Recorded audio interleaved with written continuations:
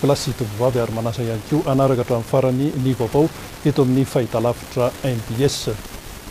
Apetraky ny commune Antananarivo renivohitra ho vaindondra rasa atao zava-dehibe ny fitsinjovana ny maolona nalohana reny voina ny fanesy teto andrenivohitra ireny ka anisan'izany ohatra ireo maitrano tery Anosibe andrefana faharoa dia tsy mipetrapotsiny ny teo anivony ny commune Antananarivo renivohitra fa tonga nijery ifotony androany nitondra ny fanampiana ary izany etsika izany dia niarahana tamin'ny mpiara-miasa nisan'izany ohatra ny groupe Axiane sy ny fondation Telma nitondra izay fanampiana izay hoy isika toy ny vary, ny menaka, ny siramamy sy ny voamaina ihany koa.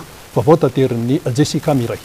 Tsy nijery fotsiny ny praitandrazana tratry ny aitrano teny Anosibe andrefana faharoa boriboritany faefatra commune Antananarivo renivohitra ny fikambanany orinasa Axiane miaraka amin'ny fondation Telma izay mpiara-miombonantoka amin'ny commune Antananarivo renivohitra fa tonga teny an-toerana izy ireo nanatitra fanampiana ho an'ny tokantrano miisa 2.30 traboiny, vary 5.20 kilao, menaka 2 litatra, farilaka, voamaina 3 kilao, siramamy isaky ny tokantrano tsirairay avy ary fitoeran-drano lehibe asiana rano fisotro madio sy toeram-pivoahana no natolotry ny fikambanan'ireo orinasa mba analana fasairanan'ireo tsy manan-kialofana. Tsy hivana zany fa trano miisa 2.30 tafo zany no maity ty Anosibe Ouest tamin'ny andro talata 19 février io eo amin'ny 200 eo zany ro trabony fitopolo isan-jaton'izy ireo dia ankizy dia zavatra nentinay zany ny fanomboana miaraka amin'ny société membre PSHP dia vary aloha zany nentina avy any amin'ny action manokana groupe action tondra vary 5.20 kilao isa tokantrano miaraka amin'ny menaka 2 litatra voamaina 3 kilao isa tokantrano daholo zany miaraka amin'ny siramamy 2 kilao dia misy farilaka ihany koa ho an'ireo zaza madinika zany satria misy zaza madinika amin'ireo tokantrano maitrano ireo miaraka amin'ny fût avy any amin'ny fondation Telma le fût fasiana rano dia le fût souterrain anankiray anaovana trano fivoahana. Niaraka nanolotra ny fanomezana teny an-toerana niaraka tamin'ny fondation Telma sy ny groupe Axiane teny Anosibe andrefana faharoa ny solotena ny ben'ny tanàna Lalao Ravalomanana, ny filoha-lefitra voalohany Olivier Randrianarso sy ny mpiara-miasa aminy ao amin'ny commune Antananarivo renivohitra. Ny avy amin'ny birao nasionaly mitantana ny fiantraikan'ny loza voajanahary ny BNGRC, ny jeneraly Raboto Arsan Charles, sekretera mpanatanteraka lefitra.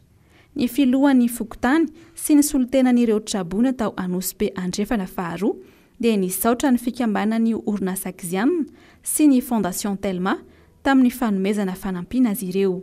Ohatrany hoe labozinga man'le izy fa za tsy dia nanazava loatra fa le afo efa nirehatra be zany zay vao taitra nahita an'le afo tena efa nirehatra be dia niezaka namonjy azy teny efa tsy vovonjy to zany le satria tamin'io be rivotra be, misy rivotra be dia misy lamba be dia be niako teo tokotany dia le lamba ireny zany no mitarika an'le afo nanaparitaka an'izy dia vetivety kely mihitsy ny fiavin'le afo tonga dia nirehatra daholo le trano iray manontolo teto. Mangataka aminareo anefa izahay mba hanomeanay fitaovana anaovana trano biriky satria tsy azo anaovana trano azo intsony ety aminay mba hisoroana ny loza tsy hitrangy intsony hoy izy ireo. Fa vokatry ny fiotsahana teny ampamarinana kosa araka ny fantatsika sy na rahantsika teto amin'ny fampahalalam-baovao ny fahitalavitra MBS dia misy ireo tokantrano izay tsy maintsy nesorina tamin'ny trano nisy azy ka navindra tamin'ny toerana azo antoka. Anisany nametrahana azy ireny ny teny amin'ny village Voara teny Andotapenaka tsy nijery fotsiny an'ireo olon'ireo ihany koa ny commune Antananarivo renivohitra fa nitondra ny fanampiana izay tena ilaina tokoa amin'izao hoe fifindrana eny amin'ny fiainana eny amin'ny village Voara Andotapenaka izao. Mbola ny teo anivony ny fondation Telma sy ny groupe Axiane ihany no niara-nisalahy tamin'ny commune Antananarivo renivohitra nitondra an'izany fanampiana ho an'ireto olona izay tsy maintsy nafindra teny amin'ny village voara Andotapenaka reto zany ary dia toy izao indrindra ny tato vaovao momba an'izay hoentin'ny Jessica Miray ihany. Nitondra fanomezana fitaovana analana fahasahiranana ny mponina tao ampamarinana izay voatery nesorina tamin'ny trano fonenany ka napetraka vonjimaika ao amin'ny village voara Andotapenaka no ny loza manambana tamin'izy ireo ny commune Antananarivo renivohitra sy ny groupe Axiane. Fikambanan'ireo orinasa maro ary ny fondation Telma izay mpiara-miombona antoka amin'ny commune Antananarivo renivohitra. Misy citerne anankiroa 2500 litres avy izy ireo zany. Ny commune urbaine Antananarivo zany no mamatsy an'ireto fitaovana anankiroa reto. Tsy natao zany izy reto hipetrapetra fotsiny fa amin'izao fotoana ilana zao io ho installera zany amin'ny côté anankiroa, toerana anankiroa, ndray ery rehefa ny ery dia ndray aty atsinana aty amintsika aty misy efa escabeau zany no anaovana ametrahana an'izy io mba ahafahan'ny rano mikoriana tsara ao anaty. Inona ny antony? Satria mety ho tapaka ny rano eto toerantony. Dia rehefa tapaka ny rano dia mety hisy ny fifanjevona zany dia efa ao anatin'ny eritreritry ny fitantanana Antananarivo zany fahatapahan'ny rano zany dia izay no nanomezana nametrahana itony citerne itony. Fitoeran-drano lehibe asiana rano fisotro madio anankiroa no natolotra ny commune Antananarivo renivohitra tamin'izany.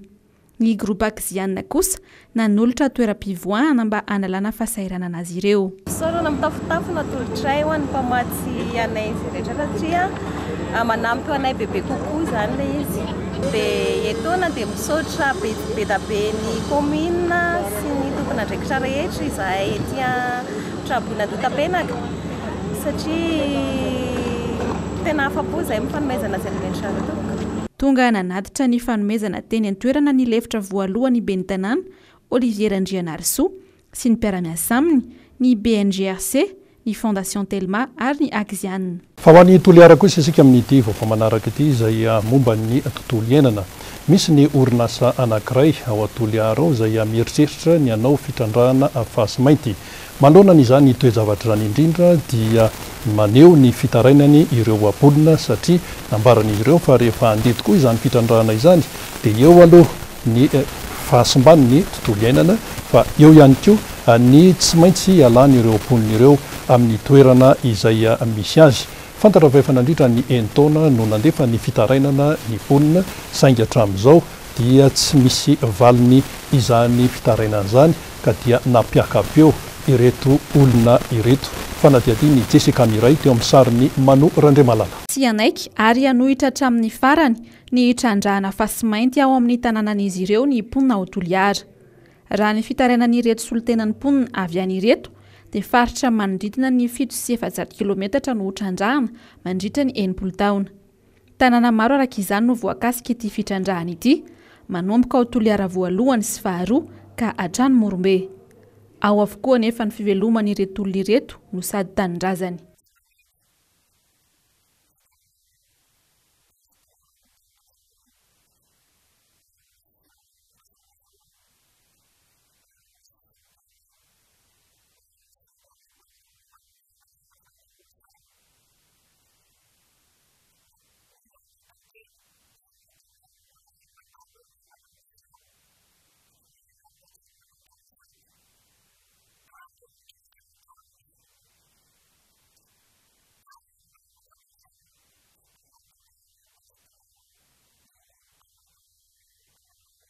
Efa nandritra ny 9 taona hoy hatrany ireo mponina no nanaovan'izy ireo fangatahana ny tsy anaovana ity fitrandrahana ity, saingy miziriziry ary mampiantso mpitandro ny filaminana mihitsy ilay orinasa.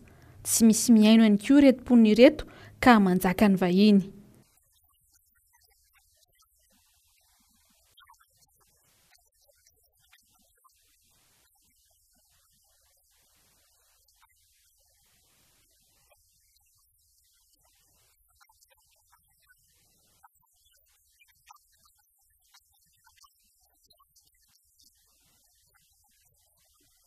Fahasimbana maro no ateraka ity fitrandrahana fasy mainty ity. Eo ny fahasimbana tontolo iainana, fa eo ihany koa ny fahasimbana tanàna iray mihitsy.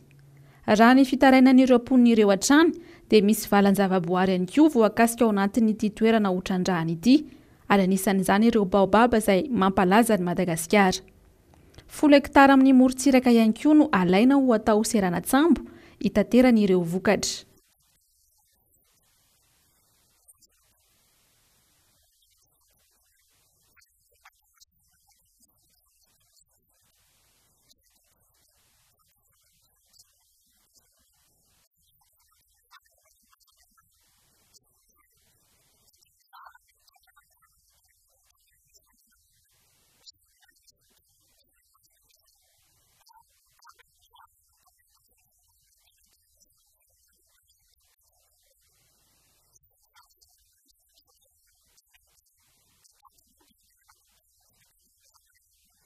Ampiakapeo araka izany ireto mponina ireto satria efa nandritra ny 9 taona izahay no nanao fangatahana saingy tsy nisy ny aino ho hiatrany ny fitarainany. Mahatsiaro tena ho miady rery ihany koa izahay ho ireo mponina satria angalana mpitandro ny filaminana vao manohitra.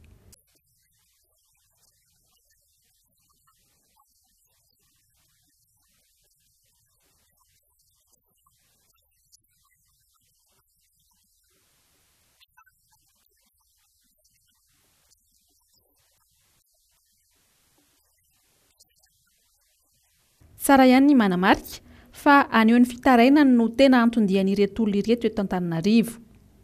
Efa miatra manaina loatra hoy izy ireo ny zava-misy amin'izao fotoana, ka mangataka izy ireo mba hamahana farany izay aingana ity olana ity, satria raha ny vaovao nampitain'izy ireo hatrany dia mikasa ny hanomboka ny fitrandrahana amin'ity taona ity ilay orinasa. Avy any Toliara kosa isika dia andeha hianavaratra ho an'ny Ambanja.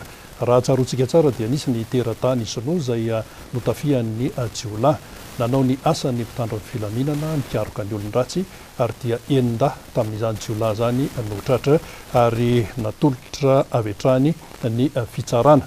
Vokatra izay dia notazonina vonjamaika any Amponja aloha ireto enda ireto. Fantatra fa lehilahy anankiray izay efa nanao asa miaramila no mpamatsy fitaovam-piadiana an'ireo Jiolahy ary io lehilahy mpamatsy fitaovam-piadiana io dia mbola eo am-pikarohana amin'izao fotoana izao.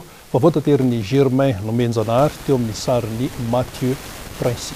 Nidoboka Amponja vonjamaika avokoa omaly rehefa natolotra ny fitsarana ireo olona enina izay voaroiroy tamin'ny fanafiana amin'ny Tambasy ilay teratany Sinoa tao Ambanja ny aliny fa 7 ny volana Febroary 2024 teo iny. Raha ny fanazavana izay voaray dia ny ampitsony ihany no efa nisy voasambotra izay mbola nahatrarana lelavola mitentina 30 tapitrisa ariary tao anatin'ny kitapony. Raha ny fantatra dia avy nakany anjara volany tany Ambilobe ka ody tao Ambanja niaraka tamin'ny moto izy io.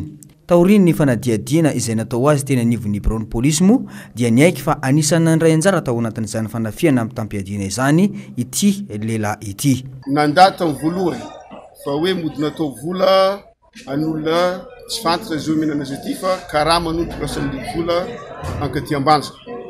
Fa rehefa niditra lalindalina kokoa tamin'ny famitorana izay tato amin'ny commissariat de police dia farany niaiky niadsony ireo mpanao ratsy ka niaiky marina fa isany izay nandray anjara tamin'ny ilay fanafihana ny anankiray tamin'ny ireto le mitondra vola tao anaty saky niaraka tamin'ile moto ary teo moa izy vao nilaza ny anarany ny namany rehetra niaraka nagnatanteraka ny fanafihana. Basy Kalaknikov sy pistolet vita gasy no nentin'ireo Jiolahy nanao ny asany ary fantatra ihany koa fa lehilahy iray izay efa avy nanao service militaire tany Sambava no mpamatsy fitaovam-piadiana azy ireo amin'izao atsarasin'izy ireo izao. Ity farany izay voalaza fa nitsoaka ny alany tranony izay nitobiny.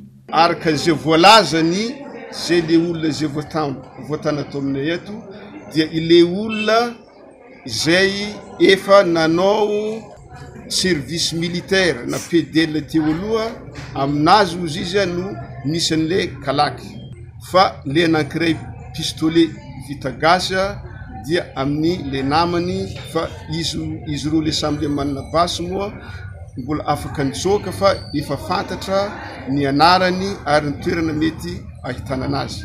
manao antsoavo hoan'ny rehetra indrindra fa ny vahoaka ao amin'ity distrika Anambanja ity arak'izany ny avy ao anivo ny polisy pirenena izay misahana izao raharaha izao mba hanome vaovao faran'izay aingana raha toa ka misy ny mahakasika ireo olona izay mbola karohina ireo. Ankoatran'io, ny fiaraha-miasa amin'ny famongorana ny tsy fandriam-pahalemana izay mahazo laka tanteraka eto Madagasikara ity. Any avaratry ny nosiany saingy eo amin'ny resaka fambolena voly fanondrana mba azahoana vokatra tsara eo amin'ny resaka lavanilina dia matetika tsy mandeha irery ny mpamboly fa mivondrona ao anaty fikambanana. Anisan'izany ohatra ny fikambanana Ascova. Fantatrary fa dia nahitana fiakarany kilaoan'ny vanilina mena tany an-toerana ary nanambara ireo mpandraraha eo anivon'ity fikambanana Ascova ity faezahana ny hitazonana an'izay vidin'ny vanilina mena izay efa mihatsara araka ny nambaran'izy ireo. Germain Menjanary no mitondra ny vaovao amintsika teo amin'ny sariny Erzo Rajonarivony. 900 taonina isan-taona ny fandranana vokatra vanilina ho an'ny faritra Sambava izay fantatra fa mampiditra vola hatrany amin'ny 1,3 million isam-bolana no tamberim-bidy azo avy amin'izay vokatra la vanilina izay. Etsy andaniny dia fantatra ihany koa fa 507,7 sy 7,5 tapitrisa ariary ny volana lay ny groupement préparateur acheteur de vanille ho an'ny faritra Sambava izay nentina ny adina tamin'ny resaka fandriam-pahalemana ny vanille ny taona 2010 teo iny. Noho izany dia nahitana fianany ny 4 taona ny vanille very raha toka 20 taona izany teo aloha. Fantatrio nandritry ny dinika ny fanaovan'ireo mpitondra fanjakana sy ny mpandrara vanille ary ireo mpisehatra rehetra voakasika ity sy ampiarina la vanille ity tao amin'ny Hôtel Melrose tao Sambava. Mijoro izahay ho namana miaro ny ady atao amin'ny sy ampiarina vanille ity satria isan-taona dia manodidina ny 12 ka hatramin'ny 14 taona ny vanille very ho an'ny faritra Sambava hoy izy ireo. Ny hoe Ascova, Association des collecteurs de vanille. Tsy zahay jiaby reto afaka mikolekte ka manao paiement fa mbola misy démarcheur koa agnatiny fanavondrona amin'ny toerana raiky. Ny totaly agnagna amin'ny 700 nombre ne mahery kely amin'izao. Ny 10% amin'izy ihany afaka magnano paiement fa le reste démarcheur fa mivondrona ao anatiny association collecteur. Misy adidy zay tsy vitan'ny fanjakana izay ny tanterahanay dia tsino zegny fa ny famorona agnasa. Maro ny lalagna ny adivagna voatonga amin'izy io ty agnatin'ny 700 reo eo andre polisy eo andre gendarme afaka miteny firy taminay voarohirohy nangalatra navarimanta nangalatra ny vanga na ny fohenareo na tsy ny fohenareo fa raha mijotso io atsaragnan'izy io mijotso koa ny vangany koa mijotso vangan'izy io matiantoka atsika. Fantatra ihany koa fa tafakatra enety sy ray tapitrisa ariary ny ray kilao amin'ny vokatra vanille mena amin'izao fotoana izao. Ity sy ampiarina ity izay isan'ny misedra olana noho ny fiotazana mialohan'ny fotoana ataon'ireo mpamboly sasany izay isan'ny manapotika ny kalitaon'ny vokatra vanille. Ny raiky amin'ny 30 ny volana Desambra 2024 teo dia fantatra fa miisa hatrany amin'ny 7,500 ny voafonja tao amin'ny fonjana Mbatoratsy Antala ary saika raharaha vanilla avokoa ny ankabeazan'izany. Marina fa misy karazany maromaro moa ny sokazin'ireo vanilla ireo. Tsara moa ny manamarika fa nanatanteraka fifampiarabanana hatratra ny taona vaovao ny mpikambana teo anivon'ny Ascova ity ny herinandro lasa teo. Avy any Morondava kosa dia hita androany ny vatan'ilay lehilahy izay anatelin'ny rano efa tamin'ny alahady ary andiana mpanjono no nahita an'izany fatin'ity lehilahy izay anatelin'ny rano ity izany. Loro fitiavana no mitatitra ny vaovao amintsika teo amin'ny sariny Mathieu Prince. Tao amin'ny vavaran'ny Kimony tora-pasika Nosikely Morondava androany no hita ny vatamangatsika n'ilay tovolahy 20 taona antsoina hoe Tsilavina izay natelin-dranomasina ny alahady teo. Izy moa dia mpianatra avy eto Antananarivo. Tsy aivina efa tamin'ny alahady teo tokony tamin'ny efatrora tolakandro no tsy hitapopoka natelin-dranomasina Morondava io tovolahy io. Etsy andaniny andihana mpiandrika no nahitan-drazana tao amin'ny tora-pasika Nosikely Atrany andro voamaraina be raha vantany nandeha anjon'ireo mpiandrika. Tao aoriany fahitanan-drazana nampandreny filoam-pokotany tao an-toerana ny mpanjono nampandrenisiny izy ireo ihany koa ny fianakaviany maty. Efa nisy moa ny fandraisana andraikitry ny teo aniov'ny fokontany sy ny fianakaviana tamin'ny alalan'ny fikaroana ny Tsilavina tany antoerana ny alahady izay nitrangan'ny loza. Saingy androany vao hita ny razana. Fehiny tokony hitandrina hatramin'ny tsirairay manoloana ny zavatra tahaka izao. Fa iverina eto Antananarivo kosa isika mbola mametra panontaniana ny besinimaro amin'ity resaka hoe taratasy fahazahoana mamely fiarakodia ity. Satria nisy ny fotoana izay ananivanan'izy io ho permis biometrika. Ho eo anivon'ny ireo tompon'andraikitra amin'ny trano fampianarana mamily fiara na ny auto-école dia tsotra ny azy ireo. Tokony jerena akaiky ny vahaolana momba n'ity resaka permis biometrika ity satria tsy fantatra intsony izay tena manodidina an'izy io. Tsy manakana ny hoe fanavaozana sy ny fanatsarana ny auto-école fa mitaky kosa ny antsoina hoe fahamatorana eo amin'ny fanaovan-javatra. Toy izao ny fanadihadiana hoentin'ny Laurette Berton teo amin'ny sarin'ny Mathieu Prince. Nanomboka ny taona 2024 no nisian'ny fanovana ny permis de conduire teo aloha ho permis biométrique. Nanomboka tamin'io ihany koa no niseho ny olana satria raha tsy ahivina kely fotsiny dia maro ny olona avy any ambanivolo jiaby tany no voatery namorona vola namonjy renivohitra mba hanova ilay telozoro mavokely ho biométrique araka ny lalàna nivoaka. Ny oktobra 2024 teo, betsaka ny diso fanantenana sy sorena tanteraka raha nahenta amin'ny fampahalalam-baovao fa tsy mitombina indray ilay permis biométrique izay nandaniana vola sy nandaniana fotoana, ny laharana tamin'ny vao mangiran-dratsy, nandaozana ny asa mandrahara mihitsy ny fikarakarana azy. Etsy andaniny, ny mpianatra vao nandalo sekoly mpampianatra mamily fiara nahavita ny fanadinana nefa tsy mbola afaka nahazo ny fahazon-dalana amily fiara hatramin'izao. Santonany amin'ny olana nateraky ny fanovana tsy tampieverana ny permis de conduire nahazatra ireo. No amafisin'ny syndicat ny sekoly auto-école eto Madagasikara fa tsy malaina ny anovana ny permis de conduire ho biométrique izy ireo fa tokony atao ampandiniana izany fa tsy ataotao fahatany.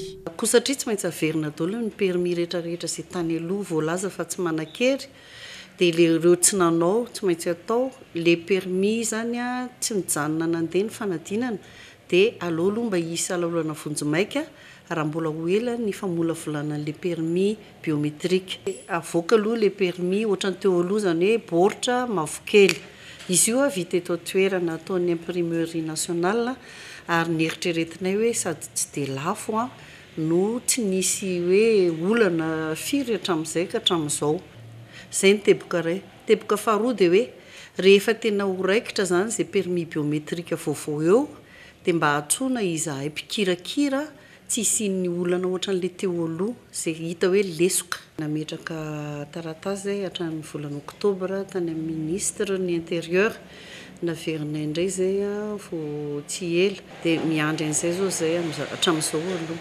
Tsapa fa hatramin'izay tsy nisian'ny famoahana ny permis de conduire avy any anivon'ny ministerany aty tany izay dia mihena ny isan'ny mpianatra mamonjy ireny auto-école ireny satria malaina ny olo hianatra hamily fiara raha ny permis de conduire aza tsy azo akory rehefa vita ny fanadinana. Mbola olana iray sy mampitaintaina ny olona ihany koa ny mieritreritra hoe mivangongo ao amin'ny ministerany aty tany ao avokoa ny antota taratasin'ireo rehetra afaka tamin'ny fanadinana kanefa tsy mbola ailerany ny ivoan'ny permis de conduire vaovao. Eo amin'ny vaovao ny fahasalamana kosa indray dia feno folo taona androany ny fiara-miasa teo amin'ny université Antananarivo sy ny université anankiray any Allemagne. Anisan'ny nanamarika amin'izany fotoana lehibe izany ny fanavaozana indray ny fiara-miasa eo amin'ny rotota ao anatin'ny telo taona manaraka. Nisy ihany koa tamin'ity fotoana ity ny famelabelarana momba ny bilharziosy. Toy izao ny fanadihadiana momba an'io hoentin'ny Jessica Miray teo amin'ny sarin'ny Mano Randriamalava. Arety mandoza ary mbola anisany mahatonga antsika ho tara eo amin'ny fampandrosoana ny aretina bilharziose. Saika ahitana ity aretina ity avokoa manerana ny faritra 2020. Saingy ny faritra Itasy sy Amoron'ny Mania ary Atsimo Atsinanana no tena betsaka azy. Ny fanaovana maloto ankalamanjana no fototra iray mampirongatra ity aretina ity.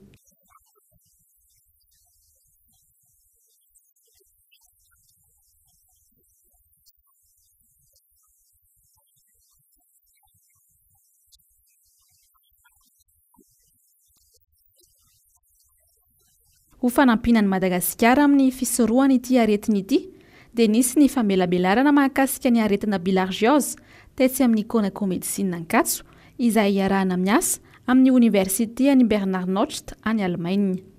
Ity fifanarahanam-piara-miasa ity izay efa nisy nandritry ny 10 taona ka aretiny iray toy izao hatrany no tena ifantohan'ny fiara-miasa. Ny teo aloha zao dia efa nisy ny fanampina mahakasika ny aretina dengue, ny typhoïde ary ny paludisme.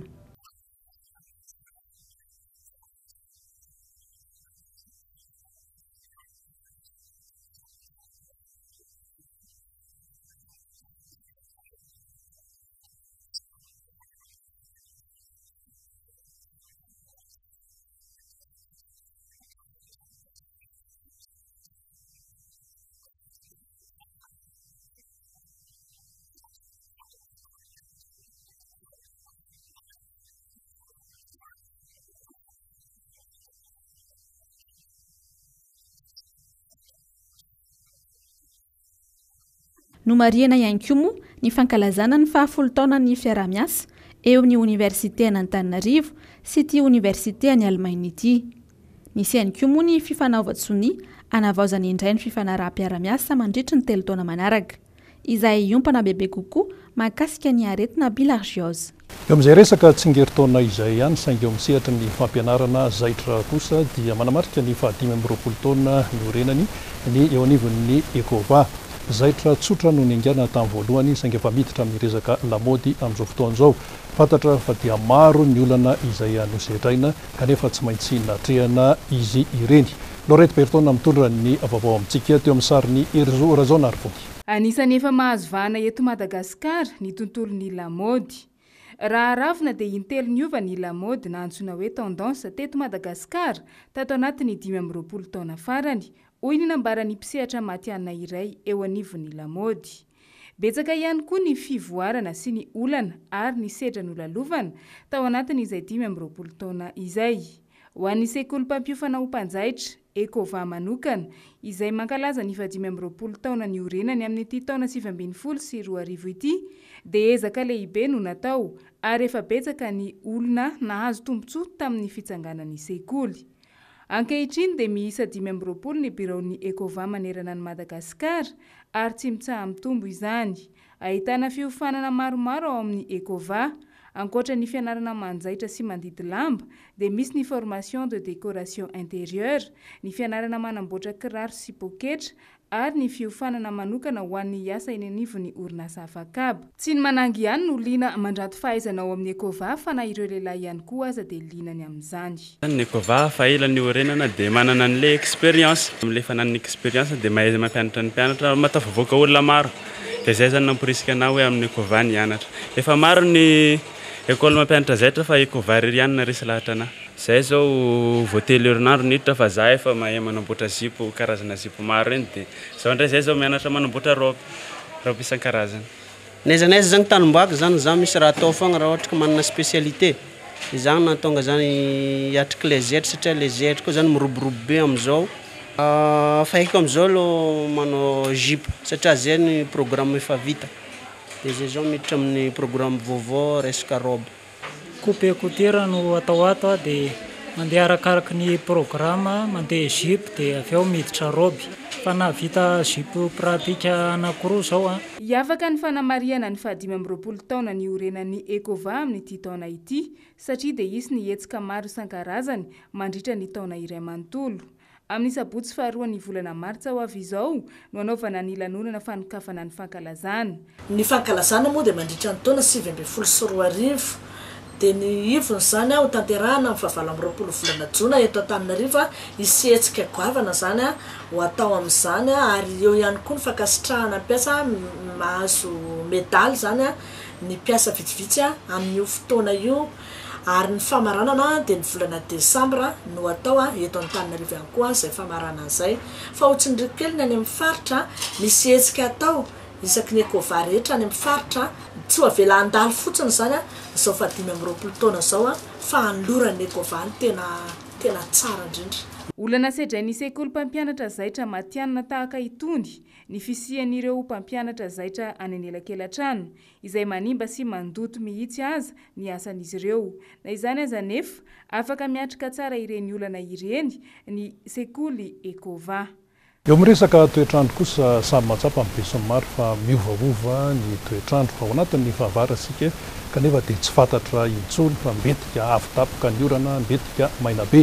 Raha ny any amin'ny faritra avaratra nosy aloha dia mbola mitoetra ny orana ao anatin'ny 2 andro noho ny fisian'ilay andian-drahona ao amin'ny lakandran'ny Mozambika, fa ny any Atsinanana kosa sy ny ilan'ny Atsinanana ny afovoan-tany dia maina ny andro raha nambaran'ny mpamantatra ny toetrandro. Vaovao taterin'ny Noro Fitiavana. Anisan'ireo faritra mbola isitraka ny orana be indrindra ao anatin'ny 2 andro, androany sy rampitso inilana avaratry Madagasikara iny, araka ny nambaran'ny meteo. Marina fa noho ilay tangoron-drahona mbola mitoetra maharitra ao amin'ny lakan-drano Mozambika no antony. Azo ambara lohatreto fa efa manomboka malefaka io tangoron-drahona io raha ny voalaza. Anisan'ireo faritra isitraka ny orana be indrindra androany sy rampitso izay Sambava, Antsiranana, Analanjyrofo, Toamasina. Nambaran'ny meteo kosa fa ho maina ny andro any amin'ny ilany atsinanan'ny nosiny ary any amin'ny atsinanan'ny afovoan-tany manomboka rampitso. Raha ny maripanina indray any amin'ny faritra Vakinankaratra no ahitana ny maripanina farany ambany izay 17 degré Celsius. Somary latsaka kosa ny maripanina farany ambony androany izay 4 degré Celsius, izany teo aloha ary tafidina 3 degré Celsius amin'izao. Voalaza fa any amin'ny faran'herinandro any kosa no anomboka iena ny rotsakorana eto Madagasikara, indrindra ao amin'ny ilany avaratra raha ny nambaran'ny sampana mpamantatra ny mety ho toetry ny andro. Eo amin'ny fanatanjahantena kosa mandray lalao iraisam-pirenena i Madagasikara amin'ity herinandro ity, eo amin'ny taranja tennis izay eo amin'ny sokajin'ny U14. Ao anatin'izany Madagasikara ao anatin'ny fandraisana anjara ary dia firenena afrikanina maromaro moa no mifaninana amin'izany etsy amin'ny aksa no anatanterahana fifanitsanana ary efa nisy ny ampahenina amby volontanana efa eo ihany koa ny fifaninana izay aorianan'izay amby volontalan'izay ary ny sabotsy 2 marsa sy ny talata 5 marsa no anatanterahana ny lalao famaranana amin'ity fifaninanana tennis U14 ity. Laurette Berton no mitondrantsika ny vaovao teo amin'ny sariny Mathieu Prince. Ambipaonan'ireo mpikatroka ny taranja tennis ny eto Madagasikara amin'ity herinandro ity. Anaovana ny lalao iraisam-pirenena ho an'ny latsaky ny 17 taona ao amin'ilay atao hoe grade 2. Anisany avo indrindra eto Afrika satria raha ny championnat d'Afrika no voalohany dia manaraka azy ny grade 1 ary ity atao eto Madagasikara amin'izao ity ny grade 2. Izany hoe anisany telo voalohany ambony indrindra eto Afrika ity iadivana ity eo amin'ny ara-teknika ny taranja tennis. Tombony ho an'i Madagasikara ny fandraisana lalao iraisam-pirenena toy izao. Mora kokoa antsika no mikarakara an'izao no mandefa ankizy manenjika point 4 na ITF any ivelany satria ny sarandalana zany tsy latsaky $1,500 ny ankizy iray. Dia faharoa manarakarak'izay ahitany malagasy ny niveau tena misy eto amin'ny continent africain. Raha ny junior aloha izay ame ohatra anankiray zao ny voalohany eto Afrika amin'ny latsaky 12 taona malagasy Tokranaivo. Izy koa no voalohany teto Afrika tamin'ny latsaky 12 taona. Ao anatin'ny classement folo voalohany any amin'ny junior ao amin'ny 12 latsaka, 14 latsaka, 12 latsaka dia ao anaty folo voalohany dia feno malagasy. Hitantsika zao tany amin'ny championnat d'Afrique australe izay natao tany Zimbabwe tamin'ny farany teo ny Madagasikara ny première nation firenena voalohany eto Afrique australe amin'ny resaka tennis latsaky 14 taona. Olana sedrain'ny Fédération tennis eto Madagasikara ny tsy fahampian'ny fitaovana sy ny fahalafosan'ny hoentimanana amin'ny taranja tennis ka tsy ahafahan'ireo malagasy rehetra mivelatra na dia betsaka aza ny mpikatroka tennis tokony amiratra. Ho izany Fédération malagasy ny tennis ny amerina ny ligipatry ny tennis any Antsiranana izay tsy nisy nandritra ny taona maro. Ny asan'ny Fédération dia mivulgariser, mipopulariser le taranja. ny olana tokoa dia ny alafosan'ny fitaovana ary iny nefa tsy ny fédération tsy afaka mifehy zay alafosan'ny fitaovana zay fa ny afaka atao dia zay fanampiana kely azo avy any ivelany no aparitaka ligy dia mazava ho azy zay ankizy mendriky ny atosika no bénéficier mahazo an'ireny fitaovana ireny. Nahatonga solotena mandray anjara i Zambie, Zimbabwe, Botswana, Seychelles ary Kenya. 5 no totaly ny mpilalao avy any amin'ireo firenena vahiny ireo. Ary Madagasikara mpampiatrano kosa dia manana solotena 23. Dia iny vaovao-panatanjahantena iny ihany koa no ny antsika namarana ny vaovaon'ny fahitalavitra MPS. Isaorana ianao naraka hatramin'ny farany veloma tompoko.